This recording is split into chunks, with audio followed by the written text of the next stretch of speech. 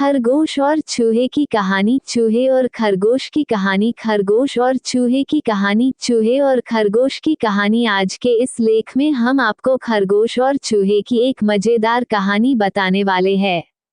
तो आइए जानते हैं खरगोश और चूहे की कहानी। चूहे और खरगोश की कहानी। एक समय की बात है। एक घने जंगल में एक खरगोश का परिवार रहता था। खरगोश का बिल ऐसी जगह पर था जहां आसपास बड़े और शिकार करने वाले जानवर ज्यादा रहते थे। खरगोश और उसके परिवार को हर समय इस बात का डर रहता था कि ये खतरनाक जानवर हमारे परिवार को शिकार न बना ले। उन्हें अपने घर के निकट थोड़ी भी हलचल सुनाई देती थी तो वो तुरंत अपने बिल में छुप जाया करते थे। दूसरे जानवरों का खौफ खरगोश के परिवार पर इस कदर हावी था कि किसी भी साधारण जानवर की आहट सुनने मात्र से उनमें से कुछ खरगोशों की डर से मौत हो गई। इस तरह की घटनाओं को देखकर बड़ा खरगोश बहुत परेशान था। एक दिन घोड़ों का झुंड उनके घर के पास से निकला। घोड़ों के आने की आवाज सुनकर सभी घबरा गए और रोज की तरह अपने बिल में छुप गए। भय से पूरे दिन कोई बिल से बाहर भोजन की खोज में भी नहीं गया।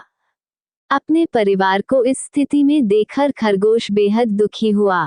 उसने ईश्वर को कोसते हुए कहा कि ये ईश्वर, आपने हमें इतना कमजोर क्यों बनाया है? इस तरह जीवित रहने का क्या लाभ, जिसमें प्रतिदिन अपनी जान को लेकर भय सा बना रहता है।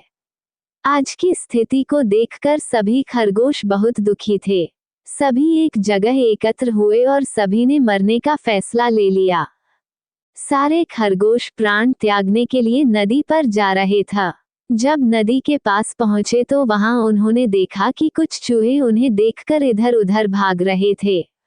कुछ चूहे बिलों में घुस रहे थे। अनेक चूहे तो नदी में गिरकर मर गए थे।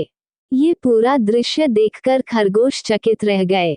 उन्हें इस बात का विश्वास नहीं हो रहा था कि उनको देखकर भी किसी में खौफ हो सकता है। आज तक तो वह स्वयं को ही सबसे कमजोर प्राणी मानते थे और भगवान को कोसते आ रहे थे। आज खरगोशों को समझ में आ गया था कि ईश्वर ने दुनिया में अलग अलग विशेषताओं के साथ जीव जंतु बनाए हैं। जिसको जैसा बनाया है उसको वैसा ही रहना है। अगर किसी में कोई खामी है तो उसमें कुछ विशेषता भी हैं। सभी में एक जैसे गुण नहीं रह सकते हैं। इतना जानकर खरगोश और उसका परिवार घर वापस आ गए। शिक्षा। इस कहानी से हमें ये शिक्षा मिलती है कि इस दुनिया में ईश्वर ने सभी को शक्तिशाली बनाया है।